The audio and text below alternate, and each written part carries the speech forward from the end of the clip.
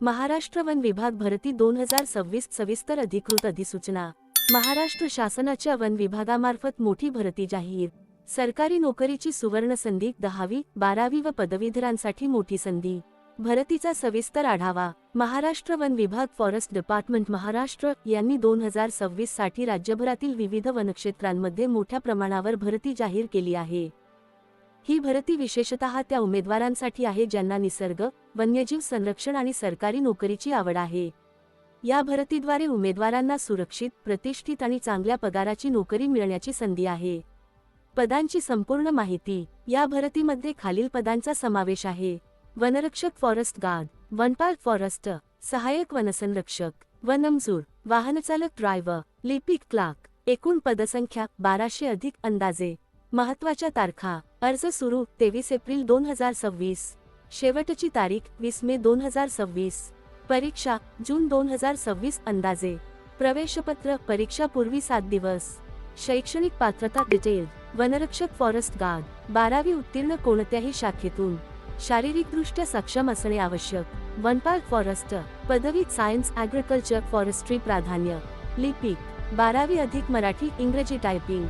Driver 10वी pass अधिक वैध ड्रायव्हिंग लायसेन्स। वनमजूर 10वी पास अनुभव असल्यास प्राधान्य।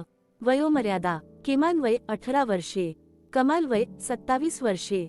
सवलत SC ST 5 वर्षे, OBC 3 वर्षे। दिव्यांग नियमाप्रमाणे पगार सॅलरी स्ट्रक्चर। वनरक्षक 25,000 रुपये वजा 81,100 रुपये। वनपाल 29,200 रुपये वजा 92,300 रुपये।